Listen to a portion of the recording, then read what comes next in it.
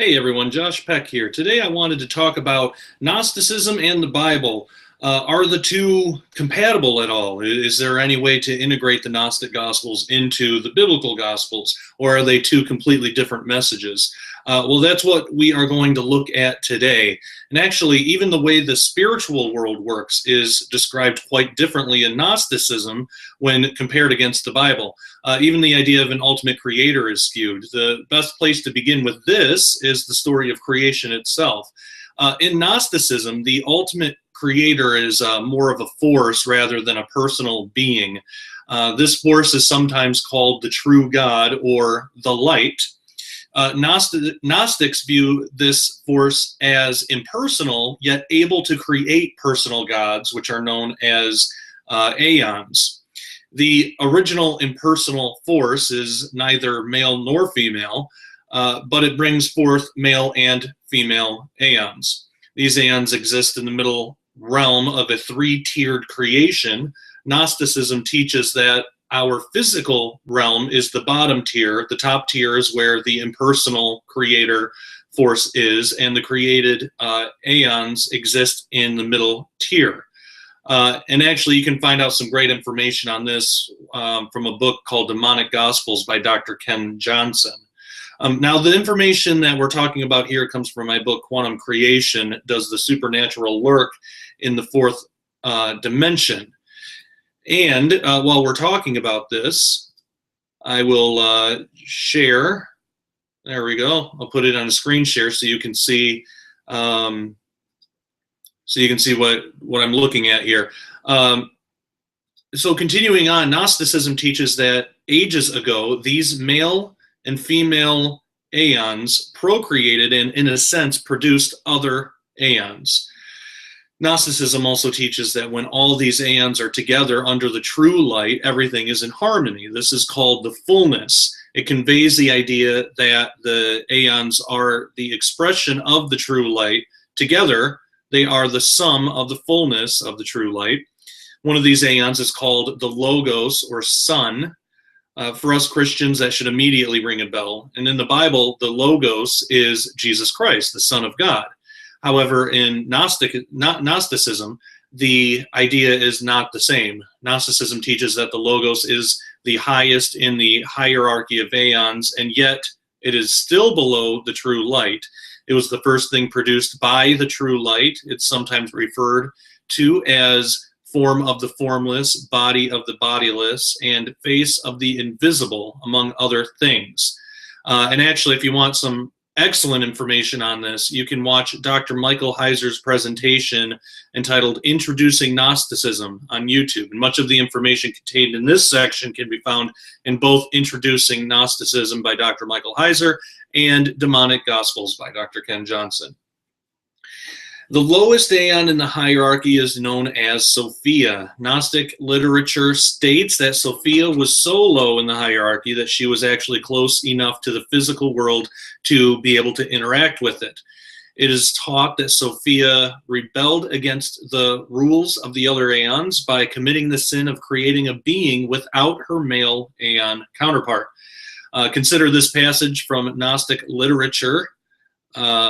A thing came out of her which was imperfect and different from her appearance because she had created it without her consort. Pay special attention here, imperfect and different from her appearance, imperfect. Also, and this comes from the Apocryphon of John, and there's a link right here if you want to check that out. You can read it free of charge. Now, also consider some of the claims this thing makes and the interpretation the Gnostic text provides. For he said, I am God, and there is no other God beside me, for he is ignorant of his strength, the place from which he had come. And when he saw the creation which surrounds him and the multitude of the angels around him, which had come forth from him, he said to them, I am a jealous God, and there is no other God beside me. But by announcing this, he indicated to the angels who attended him that there exists another God, for if there were no other one, of whom would he be jealous?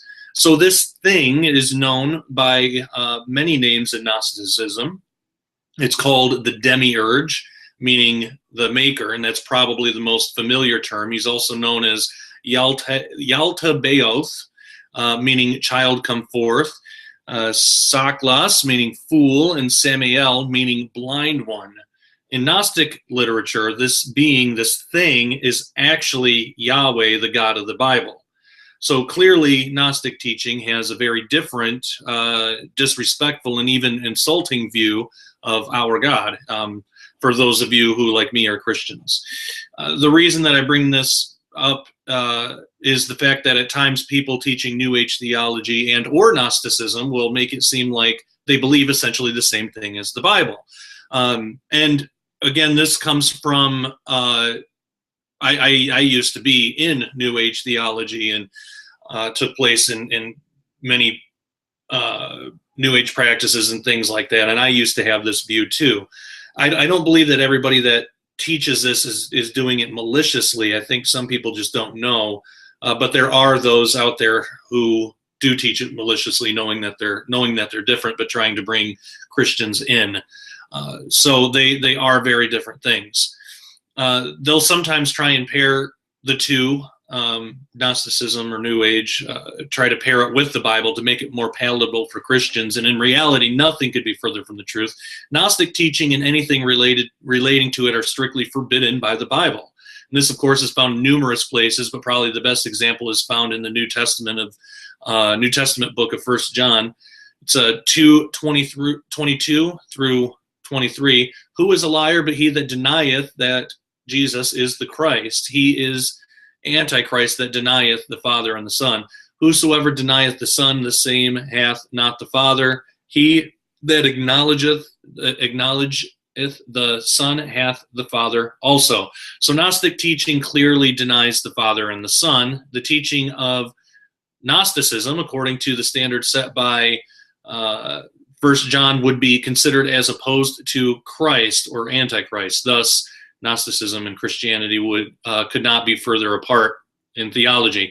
Now, the reason that Gnostics consider their version of God, also known as the demiurge, to be a fool is because he claims he is the only God. To a Gnostic, there are many gods called aeons. Thus, Gnostics believe they have knowledge that not even the demiurge himself has. That's why they consider him to be ignorant, blind, and foolish. Gnostics also consider the demiurge to be quite unreasonable and malicious because he doesn't want humanity to know the truth about these other gods. Gnosticism teaches that the demiurge created angels. However, the angels are called archons and never rebelled. Now, the word archons can actually be found in the Bible as well, specifically in the book of Ephesians, where it talks about the fallen angels and that are under Satan's rule.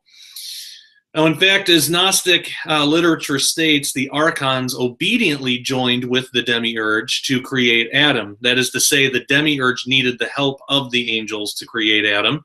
Adam was created to be a slave to the demiurge and the archons.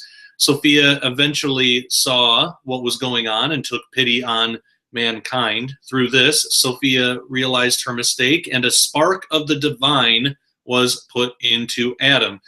Gnostic literature disagrees how exactly this was done. In one version, the demiurge was tricked into doing it. In another, Sophia did it herself. This is how Gnosticism explains Adam being flesh and spirit instead of a mindless slave. So interestingly enough, according to Gnostic texts, Adam had the spark, but Eve did not. Eve is considered as less than Adam. There's no idea of equality between men and women, or even different yet equally important roles in Gnostic literature like there is in the Bible. Gnosticism makes the clear and incredibly mistaken distinction that a woman is less than a man. Now, of course, if you talk about this stuff long enough, you'll come across people who believe that the Bible teaches that women are less than men, and it's simply not true. That if people say that, that shows an ignorance of the text and the ancient Hebrew culture. So that's why it's important to do good research. Later on, the aeons, including the Holy Spirit, Christos, and Jesus, which are all different beings in Gnosticism, They decided they wanted Sophia back to once again complete the fullness that was lost. Jesus appeared to Sophia as a type of cosmic cross to try and bring her back. Sophia then is reunited with her counterpart, the cosmic Jesus, as he becomes her bridegroom. Now, many of these terms probably sound very familiar. These are terms used throughout the Bible, but make no mistake, they are certainly not expressing the same ideas. It's this type of Gnostic teaching that gave birth to New Age ideas such as the cosmic Jesus and Christ consciousness. Unfortunately, many of these strange beliefs and interpretations have made their way into quantum physics. This is the reason that background information into Gnosticism is necessary in such a book as this, as the one that we're looking at right now. It's important to show that proper spiritual and biblical discernment is needed in examining some of the claims and interpretations that modern science postulates. For an example of this, you could look at the documentary, What the Bleep Do We Know? But be forewarned, it's not a Christian interpretation of modern physics and other scientists. I would even argue it's not a logical one even. It's filled with ideas of New Age, Gnosticism, strong language, even blasphemy in certain parts. Now, I'll state, too, that not all physicists and scientists view scientific observation in these ways. I believe the ones that do are a minority at this point. But unfortunately, it's usually that minority that gets all the attention and airtime. Because of this, the minority is growing and will continue to do so. That's why we need more Christians in these fields with strong discernment to determine proper interpretations of scientific observations.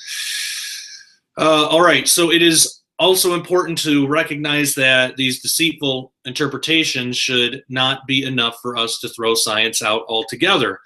Just because a Gnostic or New Age interpretation is used in a scientific observation, it doesn't mean we as Christians need to throw the science out. Using biblical discernment, we can look at these scientific observations and interpret them without having to resort to New Age or Gnostic theology.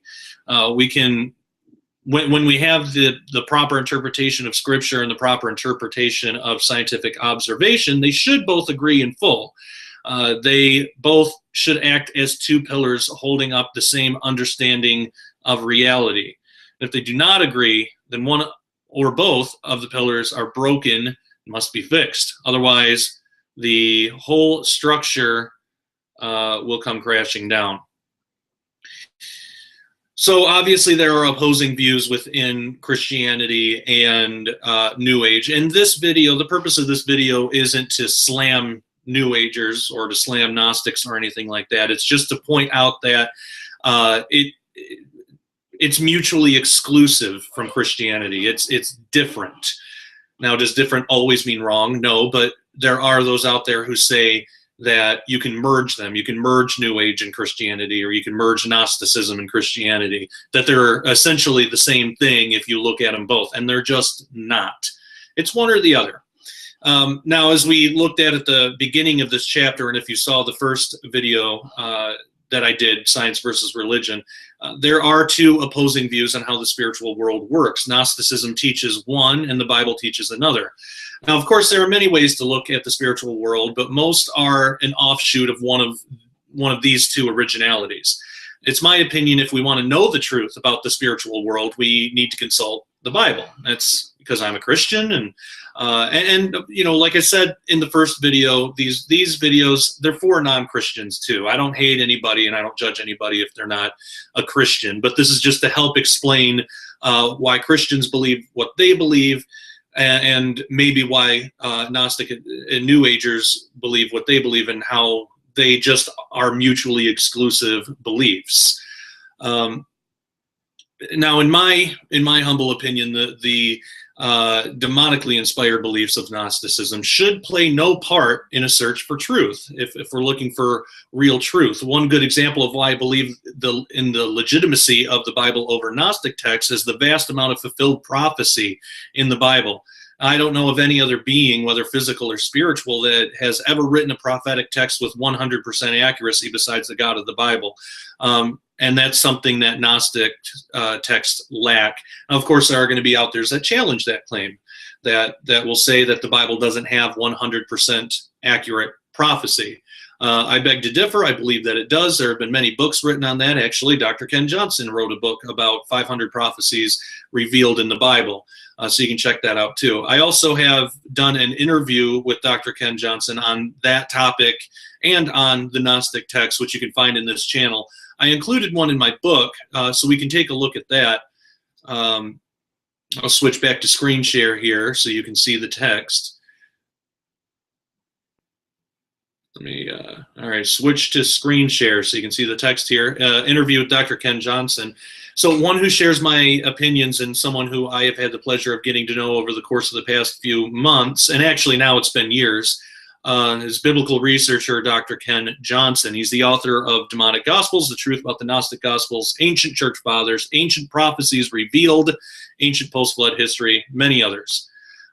Ken agreed to share his insights with me on multiple occasions, twice on my podcast, The Sharpening, and also with an interview for this book. Ken has proven to be an excellent resource for information concerning many facets of Bible study. If you wish to listen to and watch previous interviews I conducted with Dr. Ken Johnson, you can view my YouTube channel, youtube.com/JoshPeckDisclosure. The episodes are entitled The Sharpening 009, Dr. Ken Johnson and the Truth About the Gnostic Gospels, and The Sharpening 030, Dr. Ken Johnson and Bible Prophecy Revealed. For this book, I contacted Ken to provide his insights into this topic because it's one he, as the author of numerous books concerning ancient texts, is very familiar with. So I asked him, in what major ways do biblical gospels and the Gnostic gospels differ? To which he replies, the biblical gospels teach that we are saved by what Jesus did on the cross. The Gnostic gospels teach we save ourselves by meditation and obtaining a Christ consciousness. There are extra biblical texts that the Bible recommends, like the book of Jasher and the book of Enoch. There are also writings of the ancient church fathers we can look at. Those texts may not be 100% accurate, but they still contain good information. However, the Gnostic Gospels are never recommended or endorsed by the Bible or any other Christian text.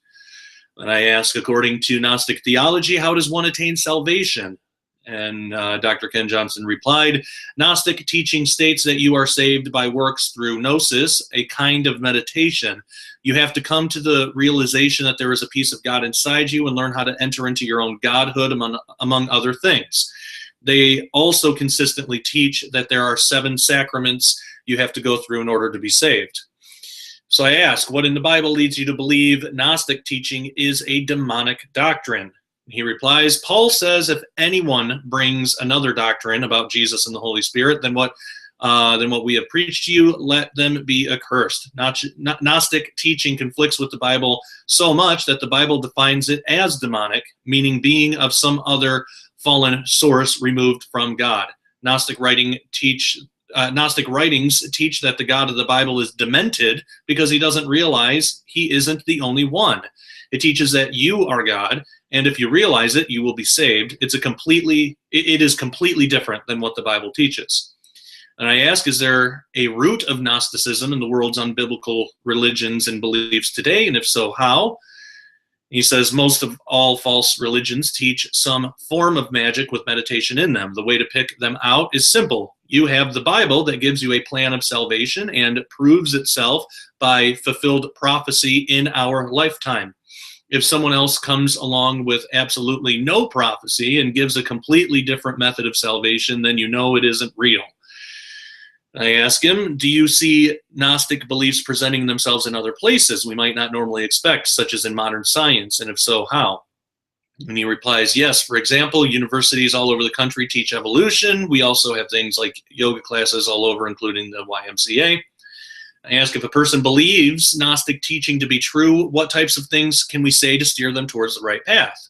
He says we should be able to explain to them that the Bible contains accurate prophecy fulfilled in our lifetime, which proves it to be of supernatural origin. For example, there have been over 50 very specific prophecies that have been fulfilled since 1948, which was when Israel became a nation. Then we should know how to explain exactly how we came to be here by showing evolution is false and the creation story in the Bible is true. Lastly, we need to be able to explain what is needed for true salvation in the way the Bible describes it. And if you want more information on this, you can check out his books, but Dr. Ken Johnson also has a number of free YouTube videos and other materials that you can search for and find. So then I ask if people want to know more about you, your work, or order your books, where can they go? And he says they can go to my website, BibleFacts.org, right there.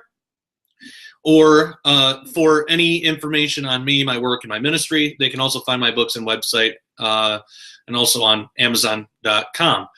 So a very special thanks goes out to Dr. Ken Johnson for providing his expertise in that interview.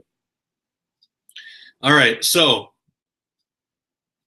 next time that completes chapter 1. If you saw the first video that I did on science versus religion, take that with this. That's chapter 1 of quantum creation. Does the supernatural lurk in the 4th dimension? Now I'll be continuing to do videos on this. I'll take one video to do a section or a couple of sections. This one went a little bit long because I did 3 different sections.